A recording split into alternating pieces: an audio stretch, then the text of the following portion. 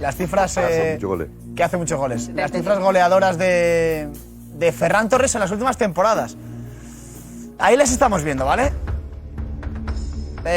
7 partidos, 3 goles, bueno, un gol cada 173 minutos, eso esta temporada, es verdad que ha jugado poquito. Ha jugado muy poquito. Con poca continuidad. Pero 3 goles en Más, 7 partidos no está mal, ¿eh? Tampoco. No.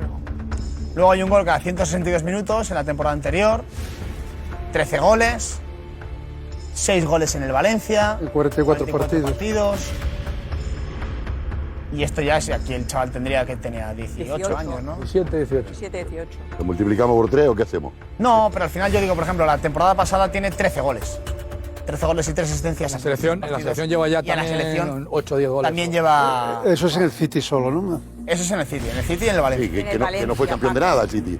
No ganó nada, ni la Carabobo Cup. Bueno, pero tampoco vamos a... Tampoco vamos a echar No la ganó broma. nada el City. El año pasado. Ganó el Chelsea, ¿no? La Liga. La Liga ganó. La Liga con 12 puntos de ventaja. Ay, perdón, sí. Me confundía con la Hombre, Champions League. Jugó la final de la Champions. La Champions, sí. Me No, confundía no, con no, Champions.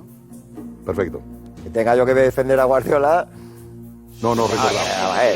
La del City el año pasado. Pero bueno, llegan a ganar la hablar de Champions. un goleador y un jugador con No, esa pero característica. Es un jugador que está en números de jugador satélite, es decir, lo que decíamos anteriormente, es un satélite que te ayuda, que te ayuda a resolver determinados problemas que surgen en según qué partidos y ya está, pero no es la referencia del tipo de jugador. Y yo estoy de acuerdo con él. Si yo durante el verano estoy reclamando 2 nueves y luego llego en diciembre y firmo un tercer 9 después de fichar a 2 nueves, yo estoy tirando piedras contra mi tejado. Yo tengo en agosto un conflicto y luego lo resuelvo de otra manera, pues yo para qué en diciembre quiero resolver lo que tenía que resolver en verano. Ya lo ha resuelto el Barcelona, lo de fuera. Si ya lo ha resuelto lo de fuera. Es evidente que tiene otras necesidades, empezando por lo que hay atrás y por supuesto en el área. Pero eso lo hemos dicho desde que yo me he sentado en esta silla. Y eso es lo que estamos diciendo. Tú lo has dicho de forma muy regulera. Cuando yo me sé qué.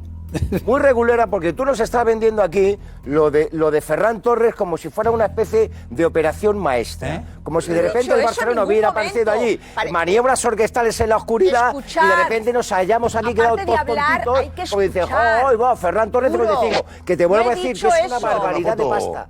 Es una barbaridad de pasta. Que creo que al Barcelona no se le debería permitir, con rigor en la situación financiera en la que está, no te puedes gastar este dineral en un jugador de este perfil. No puedes, no debes. Bueno, poder puedes. No debes. ¿Te parece Quiero ver mañana el que día es un cómo mal va. fichaje? Pues lo siento, no. perdóname, o caro, dile lo que quieras. Es igual. Duro, yo cuando me he sentado aquí he dicho que Ferran Torres no es la solución. Suma, es un excelente jugador, es una operación que se ha puesto bien y se ha podido realizar, que se paga a partir de junio, que si es verdad lo que dice Paco, que a él le huele que puede haber un intercambio, pues ya lo veremos. Pero Paco, ¿quién crees que puede encajar? Vamos, yo no he dicho que sea el Manchester City. Benzema, O sea, ¿tú crees que